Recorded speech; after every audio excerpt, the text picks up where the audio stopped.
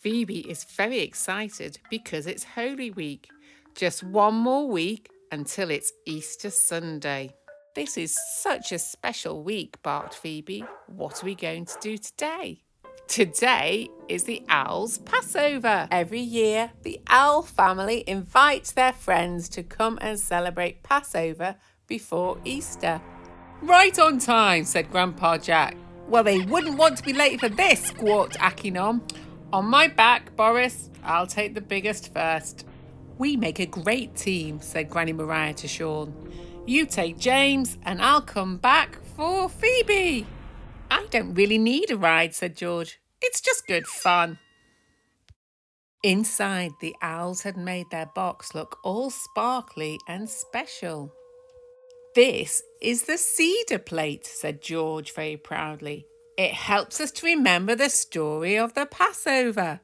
And the story of Easter, said Sean. Look, there's a cross and an Easter egg, but it's not chocolate.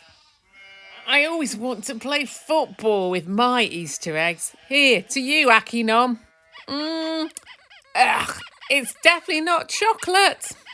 But at least it's hard-boiled, said Phoebe. Thank goodness, said Boris. Otherwise, I'd be wearing the egg. Never mind eating it, barked Sean. Why'd you have 4 cups? Asked James.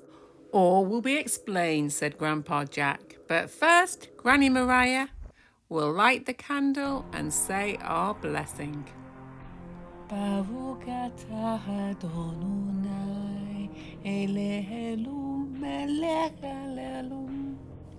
Blessed be the Lord, the God of the universe.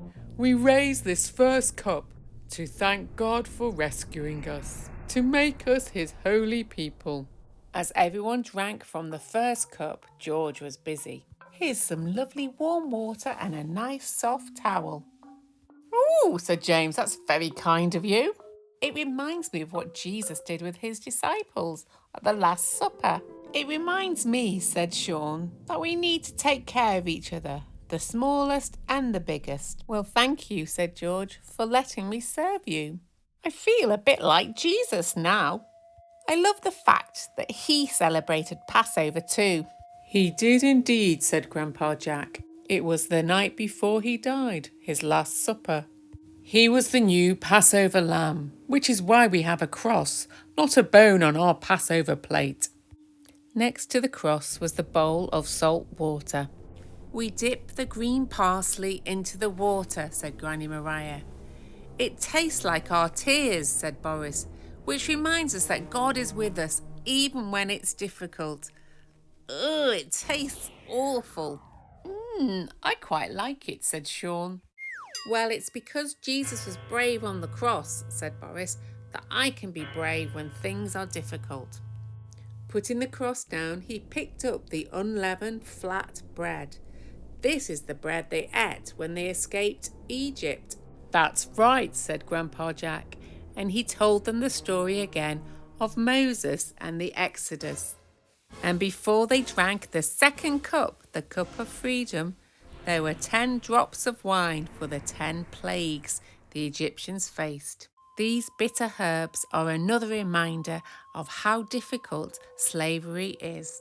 We have to taste it, said Akinom, so that we don't forget. Ugh. First we tip the bread in the bitter herbs by itself, so we can really taste it. Then we add the sweetness of the apple and nuts to remind us that God's goodness is always with us. There's so much to learn in a Passover, said Boris. A holy meal for a holy week, said Grandpa Jack. So much to think of, said Phoebe, and look, it's nearly all gone. We raise the third cup as we thank God for his great power. I thank him for giving me my family and friends, said Sean. I thank him, said Boris, that I can talk to him in prayer. I thank him, said George, that faith is growing inside me, like this bush. The friends felt they had so much to thank God for.